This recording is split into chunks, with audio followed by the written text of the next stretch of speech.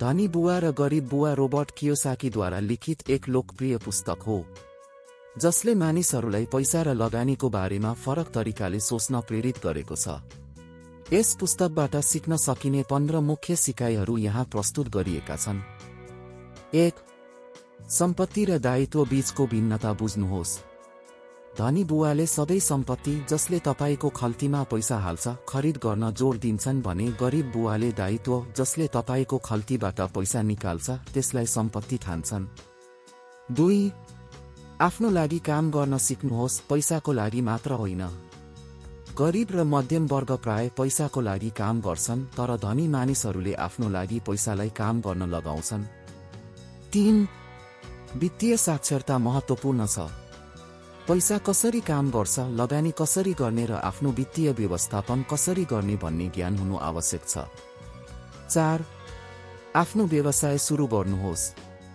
कर्मचारी भएर मात्र धनी बन्न गाह्रो छ।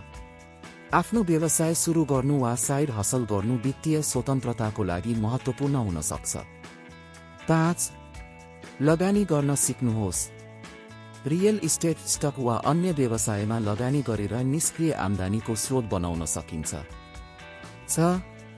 जोखिम लिन तयार हुनुहोस् तर बुद्धिमानी तरिकाले। धनी मानिसहरू अवसरहरू खोज्न र जोखिम लिन डराउँदैनन् तर तिनीहरूले होशियारीपूर्वक विश्लेषण गर्छन्। 7. आफ्नो आयको स्रोत बढाउनुहोस्। एउटै मात्र आयको स्रोतमा निर्भर नहुनुहोस्।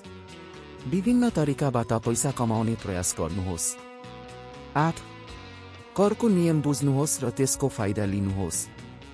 धनी मानिसहरूले कर प्रणालीको ज्ञान राख्छन् र कानुनी रूपमा कर कम गर्ने तरिकाहरू खोज्छन्। 9. सिकाइलाई कहिल्यै नरोक्नुहोस्। वित्तीय शिक्षा निरन्तर प्रक्रिया हो। नयाँ कुराहरू सिक्दै र आफ्नो ज्ञानलाई अद्यावधिक राख्दै गर्नुहोस्। 10. असफलताबाट सिक्नुहोस्।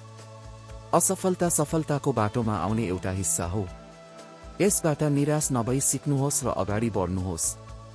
11. धनी मानिसहरूसँग सङ्गत गर्नुहोस्। सकारात्मक र सफल व्यक्तिहरूको सङ्गतले तपाईलाई नयाँ विचार र अवसरहरू प्रदान गर्न सक्छ। 12. दिमागलाई सक्रिय राख्नुहोस्। नयाँ विचारहरू सोच्न र सिर्जना गर्न आफ्नो दिमागलाई चुनौती दिँदै गर्नुहोस्। 13. तपाईको सबैभन्दा ठूलो सम्पत्ति तपाईको दिमाग हो।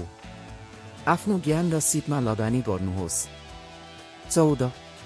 दिने बानी बसाल्नुहोस्। उदार हुनुहोस् र आफ्नो समुदायमा योगदान गर्नुहोस्। 15. धैर्य र दृढता राख्नुहोस्। वित्तीय सफलता प्राप्त गर्न समय लाग्छ। धैर्य राख्नुहोस् र आफ्नो लक्ष्यमा दृढ रहनुहोस्। यी सिकाइहरूलाई आफ्नो जीवनमा लागू गरेर तपाईँ पनि वित्तीय रूपमा सक्षम र स्वतन्त्र बन्न सक्नुहुन्छ।